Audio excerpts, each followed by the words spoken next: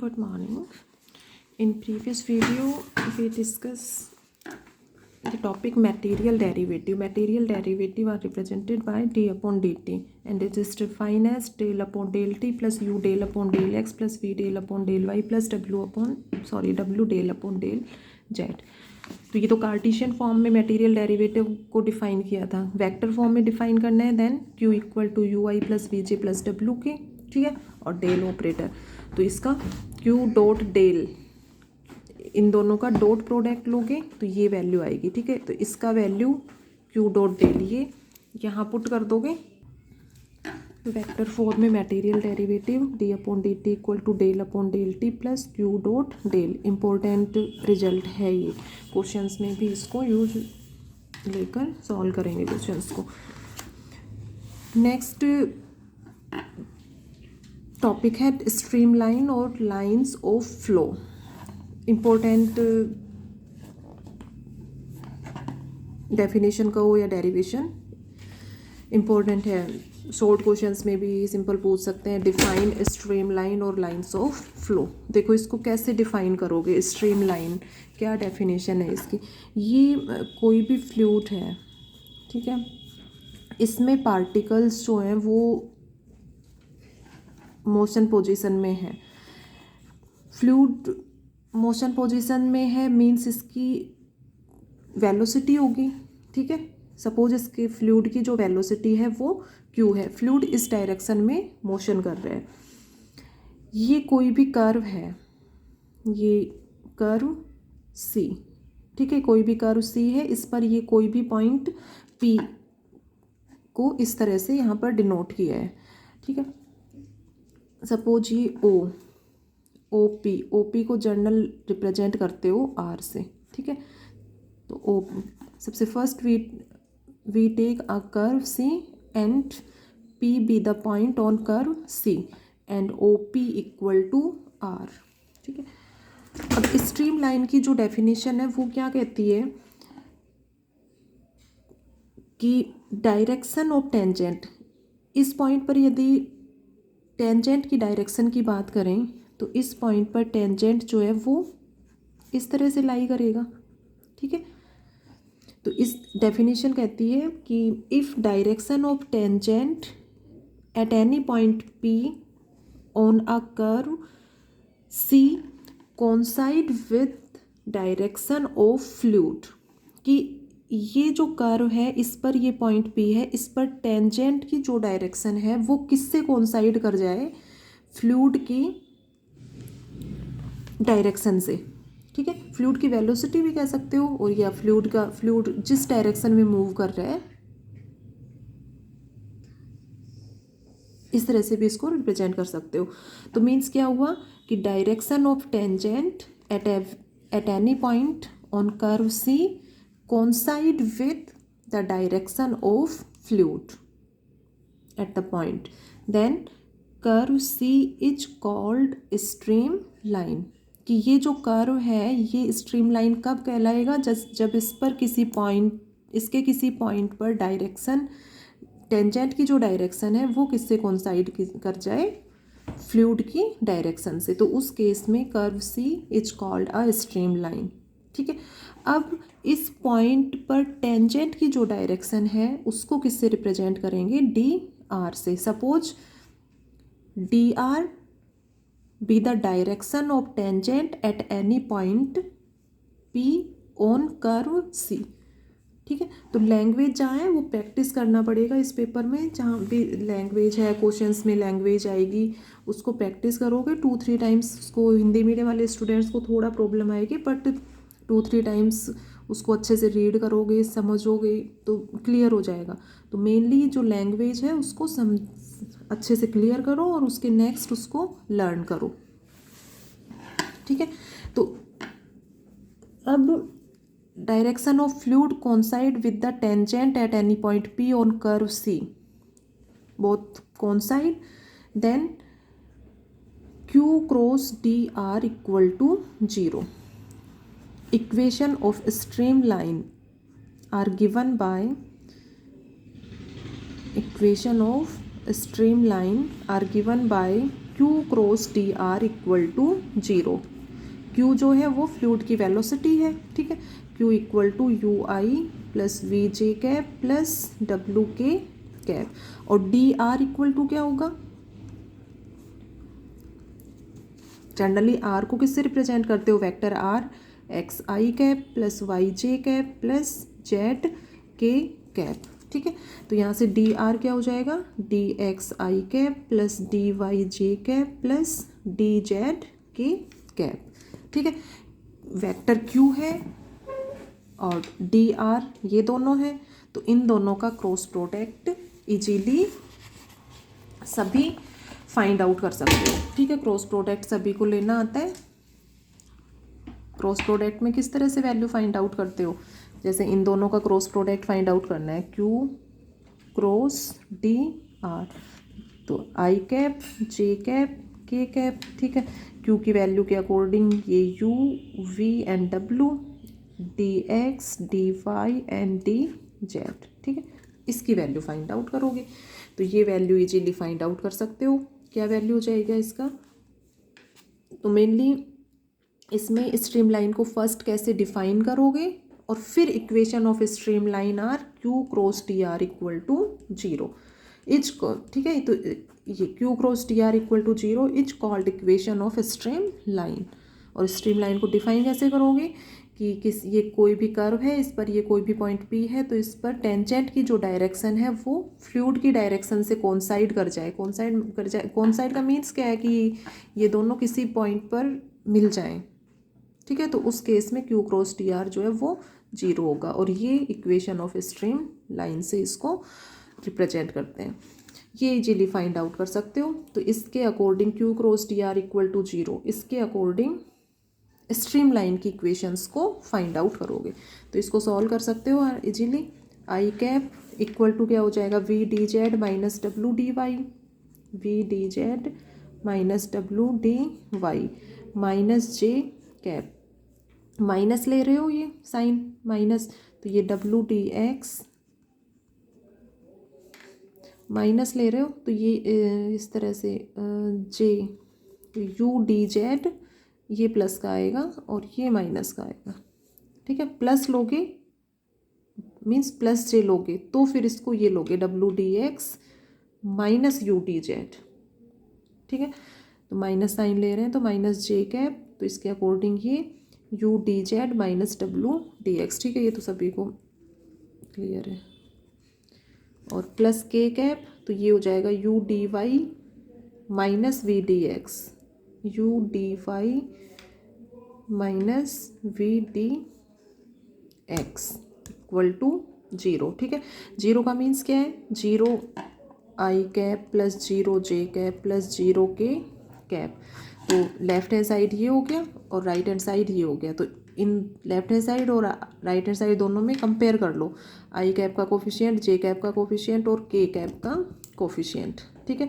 तो देखो इनको कंपेयर करेंगे तो ये टर्म 0, ये 0 और ये U D Y minus we D x equal to 0। तो इन तीनों इक्वेशंस के according we will find the equation of stream line.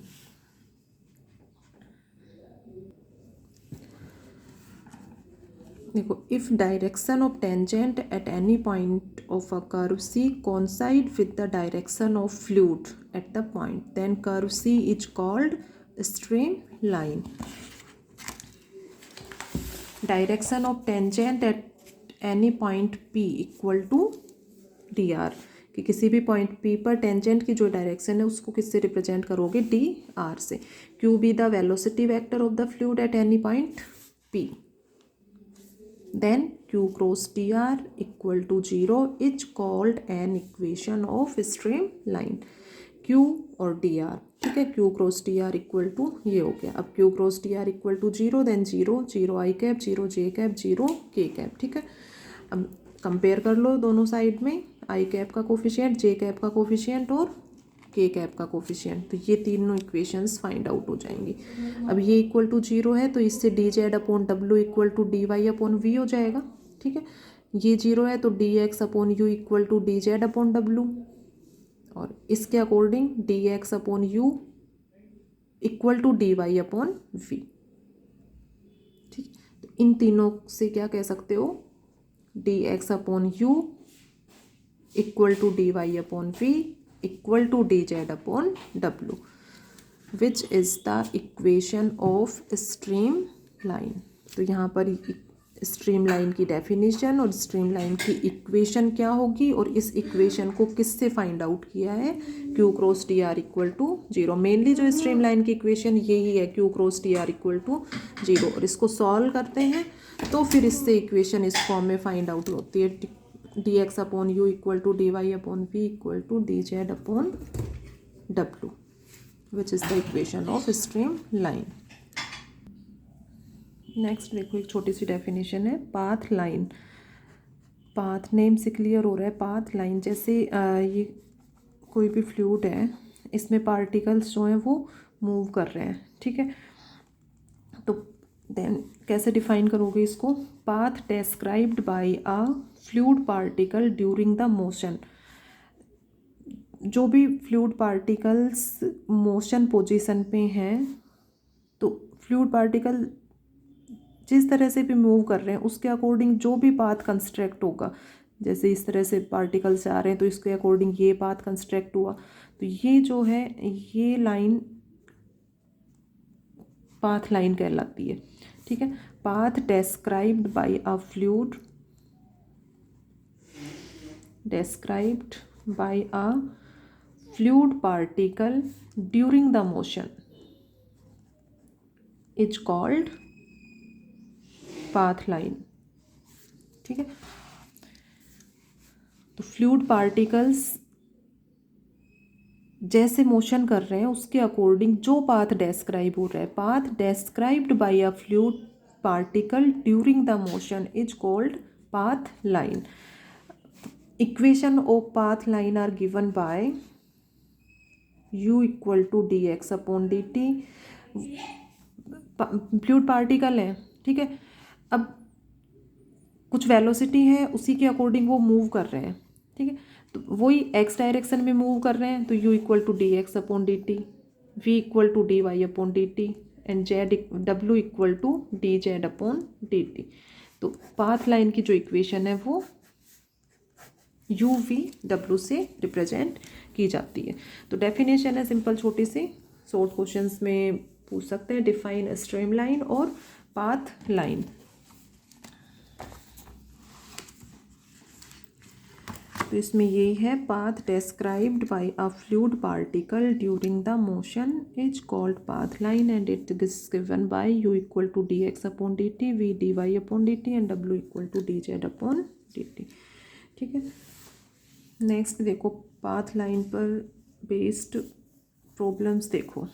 तो अब तक अपना सबसे फर्स्ट डिफाइन किया कंप्रेसिबल और incompressible fluids, real fluids, and then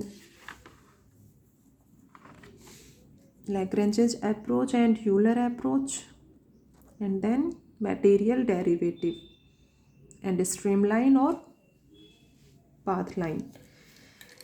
ये छोटे छोटे टॉपिक्स जो हैं वो क्लियर हो गए।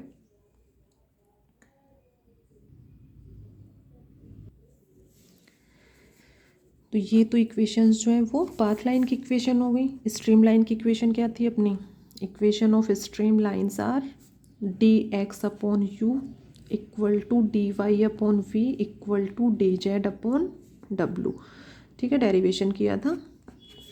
जनरली स्ट्रीम लाइन को q cross T R equal to zero stream line की जो इक्वेशन होती है इससे रिप्रेजेंट करते हैं, बट इसको क्यू और डी आर इनकी वैल्यू पुट करके क्रॉस प्रोडक्ट लिया, then d x upon u D Y upon v D Z upon डब्लू, ठीक है। तो जहाँ भी क्वेश्चन में यू वी डब्लू गिवन होंगे उस केस में इस इक्वेशन को यूज करके और स्ट्रीम लाइन की इक्वेशन फाइंड आउट करोगे।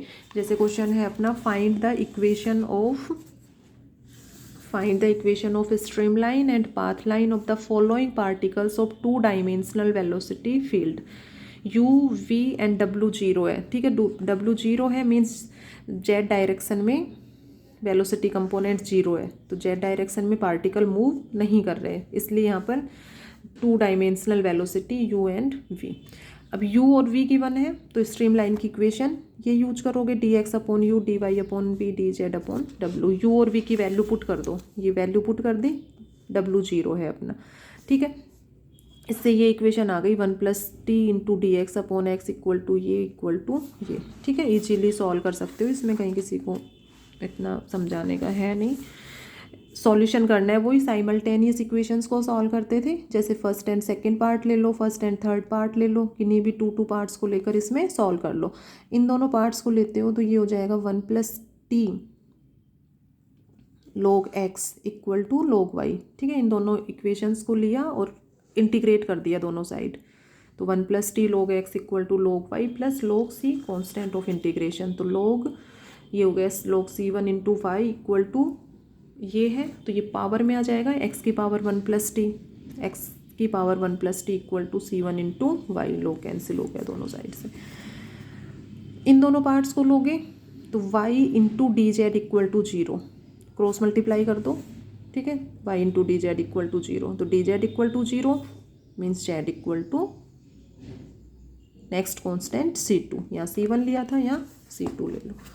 तो स्ट्रीम लाइन की जो इक्वेशंस हैं वो क्या क्या आ गई, एक इक्वेशन तो ये आ गई और एक इक्वेशन अपनी ये आ गई, ठीक है। नेक्स्ट पाथ लाइन की इक्वेशन फाइंड आउट करनी है, तो पाथ लाइन की equation u equal to D x upon D T, v equal to d Y upon D T and w equal to D Z upon D t से represent करते हो, ठीक है। तो इनको एक एक करके सॉल्व कर लो, u की वैल्यू पुट कर दी, ठीक है। सेपरेट कर लो वेरिएबल्स को, x एक साइड कर लो, टी एक साइड कर लो, तो ये log x equal to log 1 plus t plus log next constant c3, ठीक है। तो ये हो गया log x equal to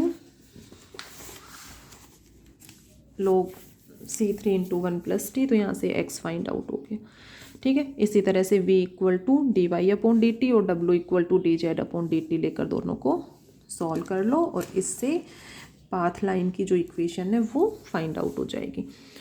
log y equal to t plus C four, तो यहाँ से y equal to e raise to the power T plus C four हो जाएगा, ठीक है। दोनों तरफ एक्सपोनेंशियल ई टर्म लोगे तो ई और log तो कैंसिल हो जाएगा, तो ओनली y और ये हो जाएगा E raise to the power T plus C four. या इस टर्म में log लेके देख लो, ये इक्वेशन आ जाएगी log y equal to log और e अपोजिट होते हैं एक दूसरे के, कैंसिल हो जाएंगे, ठीक है। तो y equal to e raise to the power t into e raise to the power c4, ये new constant c5, d Z upon D t equal to 0, then d z equal to 0, z equal to new constant c6, ठीक। Path line of two dimensional velocity field are given by x, y and z, ठीक है। तो इस तरह से किसी question में यदि velocity component u v w की वैल्यू दी हुई है और उसमें स्ट्रीम लाइन और पाथ लाइन की इक्वेशन फाइंड आउट करनी है तो इजीली फाइंड आउट कर सकते हो। तो इस एग्जांपल को अच्छे से करोगे, इससे स्ट्रीम लाइन और पाथ लाइन कैसे फाइंड आउट करेंगे वो क्लियर हो जाएगा सभी का।